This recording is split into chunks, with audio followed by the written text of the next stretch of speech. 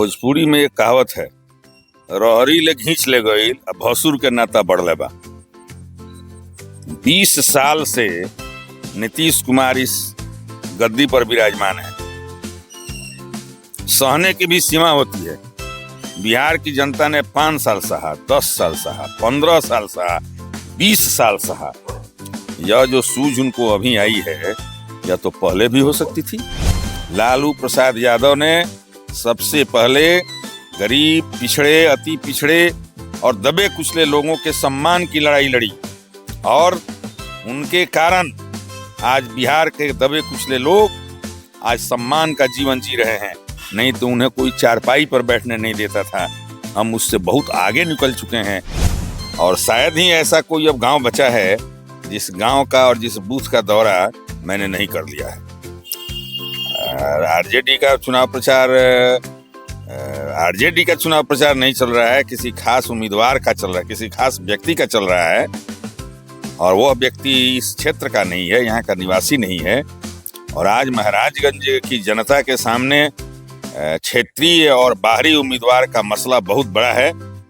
जिस समय जो गठबंधन बाहरी उम्मीदवार को टिकट देगी, उसके सामने वाला उम्मीदवार का जो वोट प्रतिशत है अपने आप 40% बढ़ जाएगा। नमस्कार, द देसी अड्डा पर आपका स्वागत है। मैं हूं राकेश तिवारी।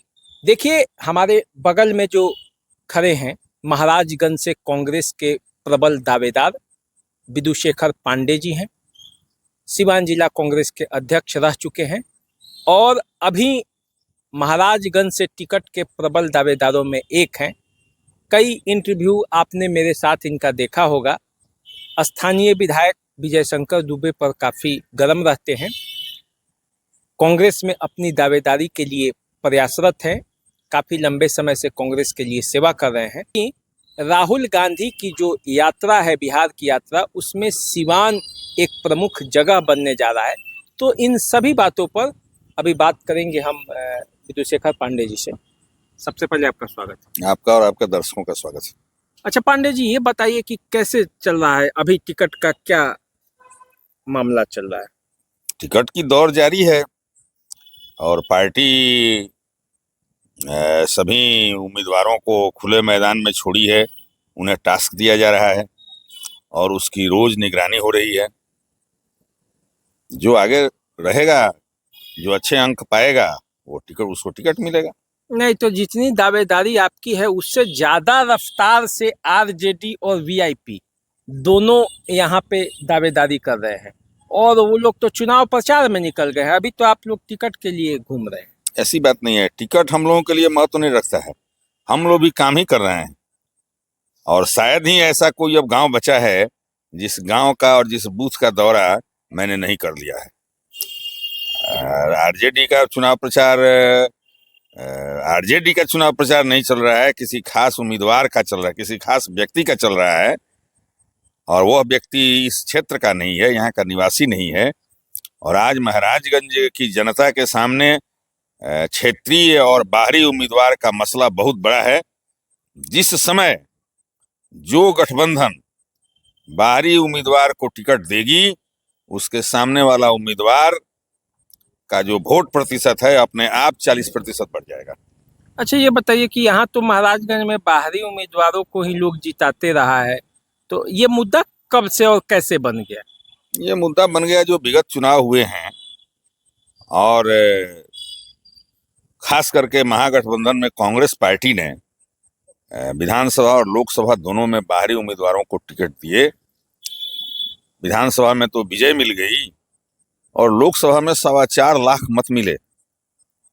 बावजूद इसके दोनों उम्मीदवारों ने महाराजगंज की घोर उपेक्षा की और इसका बहुत बड़ा आक्रोश महाराजगंज की जनता के बीच में है।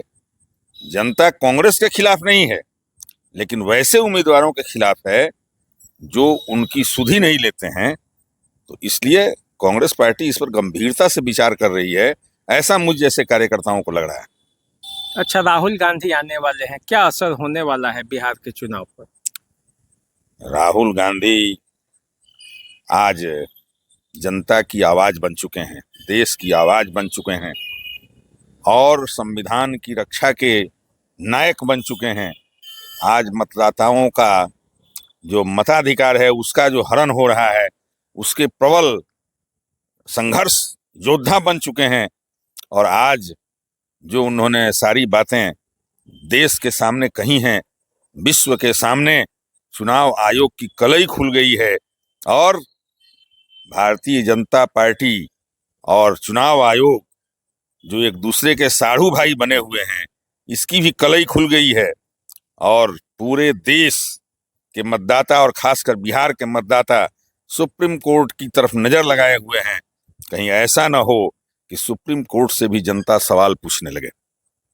अच्छा ठीक है, आपने अपनी बातें रख दी, लेकिन ये बताइए कि अभी जो सरकार है नीतीश कुमार की सरकार, उसने तो धराधर धराधर धराधर, जैसे राहुल गांधी कहते थे ना, फटाफट फटाफट फटाफट, तो ये धराधर धराधर कई योजनाओं को स्वीकृति दे दी। पेंशन की राशि बढ़ा दी, बिजली माफ कर दिया 125 यूनिट, डोमिसाइल नीति लागू कर दी, आंगनबाड़ी और ये सब तमाम तरह का जो नियोजन इकाई थी और नियोजित लोग थे उनके पैसे को बढ़ा दिया। अब तो पूरी तरह से कहा जा रहा है कि एनडीए छक्का मार दिया है। भोजपुरी में एक कहावत है, रहरी ले घींच ले गई, अब भसुर के नाता बढ़ले बा। 20 साल से नीतीश कुमार इस गद्दी पर विराजमान है। सहने की भी सीमा होती है। बिहार की जनता ने 5 साल सहा, 10 साल सहा, 15 साल सहा, 20 साल सहा। यह जो सूझ उनको अभी आई है, यह तो पहले भी हो सकती थी। जब कांग्रेस पार्टी ने और महागठबंधन की तरफ से राहुल गांधी और तेजस्वी यादव ने जब योजनाएं आने वाले महागठबंधन की सरकार बनने पर जो लाभ बिहार की जनता को देने को कहा था, उसको काटने के लिए उन्होंने ये फटाफट और धड़ाधड़ जो आप कह रहे हैं, ये योजनाएं शुरू की हैं। और जानते हैं इसका क्या होगा? 1 महीने का 1100 रुपया मिल गया, आचार संहिता लागू होगी। प्रचलन है कि 3 महीने 4 महीने पर पेंशन आता है। जनता टुकुर टुकुर ताकती रह जाएगी। जो सरकार 5 किलो राशन को 5 किलो वजन करा करके नहीं दे सकती है, 5 किलो के बदले घोषित 4 किलो मिलता है और घर पर जाने पर तौलने पर 3.5 किलो मिलता है, वह सरकार बिहार की क्या सेवा कर सकती है? तो जब लालू यादव की सरकार थी तो लोग तो कहता है कि वो आधा किलो भी नहीं मिलता था। बीती ताई बिसारी के आगे की सुधिले। लालू प्रसाद यादव ने सबसे पहले गरीब, पिछड़े, अति पिछड़े और दबे कुचले लोगों के सम्मान की लड़ाई लड़ी और उनके कारण आज बिहार के दबे कुचले लोग आज सम्मान का जीवन जी रहे हैं। नहीं तो उन्हें कोई चारपाई पर बैठने नहीं देता था। हम उससे बहुत आगे निकल चुके हैं। अब बिहार को विकास के रास्ते पर ले जाने का समय आया है और नीतीश कुमार का 20 वर्षों का विकास हम लोगों ने देख लिया। यह विकास तेजस्वी के नेतृत्व में, राहुल गांधी के समर्थन से, कांग्रेस पार्टी के समर्थन से जो सरकार बनेगी, वह बिहार का विकास करेगी, नौजवानों को रोजगार देगी, गरीब महिलाओं को उनका जीवन स्तर सुधारेगी, वृद्धा और विकलांगों को उनको 1500 रुपये पेंशन देगी, हर जरूरतमंद महिला को 2500 रुपये का मासिक पेंशन देगी और हर गरीब को जिसको घर नहीं है उसको 5 डिसमिल जमीन देगी। और ईमानदारी के साथ जो हमारे गरीब बड़े बड़े रोगों से पीड़ित हो जाते हैं उनको 25 लाख रुपये, ये कोई जुमला नहीं है, 25 लाख रुपये की चिकित्सकीय सहायता हमारी सरकार देगी और 200 यूनिट बिजली हम हर परिवार को फ्री देंगे। यह हमारा वादा है और राहुल गांधी और तेजस्वी का वादा झूठा नहीं होता। देखिए, आपने तो लंबा चौड़ा लिस्ट गिनाया, इतना गिनाया कि वो सुन सुन के जनता खुश हो रही होगी कि अब ये मिल जाएगा, वो मिल ये जाएगा, वास्तविकता वो है। मिल जाएगा, लेकिन मिलता कहाँ है? पिछले कोई भी सरकार आती है, जनता हम लोग माई बहन योजना का गारंटी कार्ड गांव गांव घर घर बांट रहे हैं। आप जो गारंटी कार्ड बांट रहे हैं वो कई राज्यों में बांटा गया और वहाँ मिल रहा है। मिल रहा है, आप जाकर पता कीजिए। अगर आपको जानकारी नहीं है तो जो उस गारंटी कार्ड के पीठ पर पिछले पन्ने पर जो लिखा गया है वह घोषणा और वह बात अगर कहीं भी झूठी हो जाए तो राजनीति में छोड़ दूंगा। अब देखिए, अब अभी तो राजनीति आपको शुरू करना है, विधायक बनना है, टिकट लेना है, आगे बढ़ना है, तो मैं तो ये नहीं कहूँगा।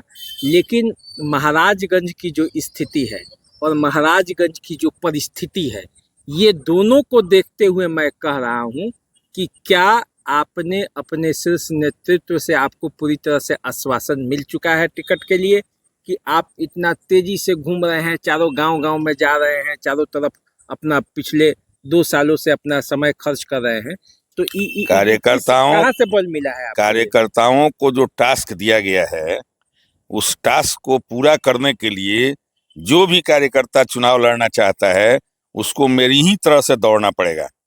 जिस तरह से 1 साल लड़का पढ़ता है और अंतिम परीक्षा साल के अंत में होती है और रिजल्ट निकलता है तो फर्स्ट सेकंड थर्ड करता है, ठीक वही परीक्षा कांग्रेस पार्टी इस बार ले रही है। और जो कांग्रेस पार्टी को का टिकट मिलने का जो पिछला तरीका था उसमें बदलाव आ चुका है। हम लोग मैं बार बार टिकट का दावा करता रहा हूं और बार बार टिकट के लिए प्रयासरत रहता हूं।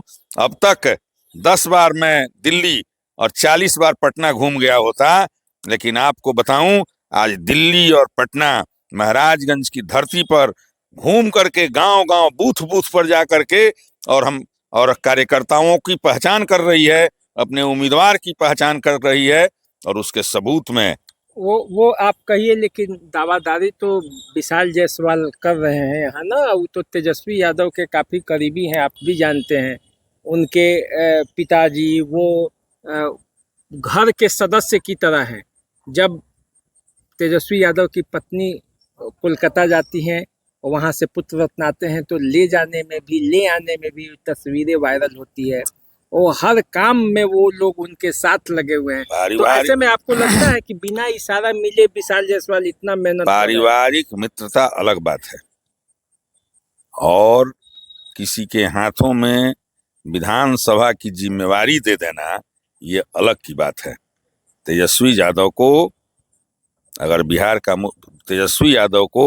बिहार का मुख्यमंत्री बनना है और वे एक भी गलती नहीं करने जा रहे हैं और हर बिहार के हर मतदाता को कहीं से भी चुनाव लड़ने का अधिकार है, तो यह तो उनको कोई रोक नहीं सकता।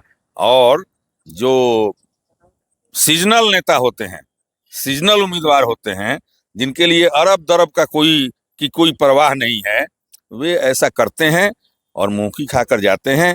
पिछली बार राजद के ही एक अच्छे नेता पूरे लोकसभा में घूम गए और उन्होंने कहा कि लालू जी ने हमें हरी झंडी दे दी है और 5 दिनों के बाद उनकी हरी झंडी लाल झंडी में बदल गई। राजद ने उनको लाल झंडा दिखा दिया और आकाश कुमार सिंह कांग्रेस के यहाँ से चुनाव लड़ गए। तो यानी कि आप लोगों का एकदम दावा मजबूत है ना? दावा क्या, नियम है। जिस तरह से संविधान है उसी तरह से राजनीति का भी संविधान है कि सिटिंग सीट कोई पार्टी नहीं छोड़ती और कांग्रेस पार्टी के पास मैं ही नहीं, मेरे अलावे भी मजबूत दावेदार हैं और हमारी ये सिटिंग सीट है, तो फिर कैसे ये सीट दूसरी पार्टी को मिलेगा? कैसे तैयारी चल रही है सीवान में राहुल गांधी के आगमन को लेकर? क्या कार्यकर्ता बहुत उत्साहित हैं और वे गोपालगंज से मीरगंज मोड़ पर आएंगे और वहां से उनकी पदयात्रा तरवारा मोड़ तक जाएगी। उसके बाद वे एकमा दरौंदा होते हुए जाएंगे और रात्रि विश्राम उनका दरौंदा में होगा। वे सभी मिलने वालों से मिलेंगे, उनकी बातों को सुनेंगे और वैसे मतदाता जो जीवित हैं और उनके नाम न वोटर लिस्ट में है और न कटी हुई सूची में है, वैसे मतदाताओं से वे मिलेंगे और महाराजगंज और सिवान की और सारण कमिश्नरी की जो समस्याएं हैं उनको अपने कार्यकर्ताओं के मुख से सुनेंगे और उसके निराकरण के लिए प्रयास करेंगे। तो चलिए, ये थे डॉक्टर विदुशेखर पांडे, जिन्होंने कांग्रेस के कार्यक्रमों के बारे में बताया, अपनी रणनीति के बारे में बताया, पार्टी के टिकट के बारे में बताया और प्रतिद्वंदियों पर हमला भी किया। आगे क्या होगा आने वाले समय में पता चलेगा। हम जब आपसे अगली बार मिलेंगे तो कुछ नए बात बताएंगे और कांग्रेस और राजद और जो महागठबंधन है उसके अंदर खाने की जो समीकरण है उसको भी समझाएंगे। तो आप हमारे साथ बने रहिए, देखते रहिए द देसी अड्डा। चैनल को सब्सक्राइब कर लीजिए, अगर आप फेसबुक पर देख रहे हैं तो फॉलो कर लीजिए। धन्यवाद। नमस्कार।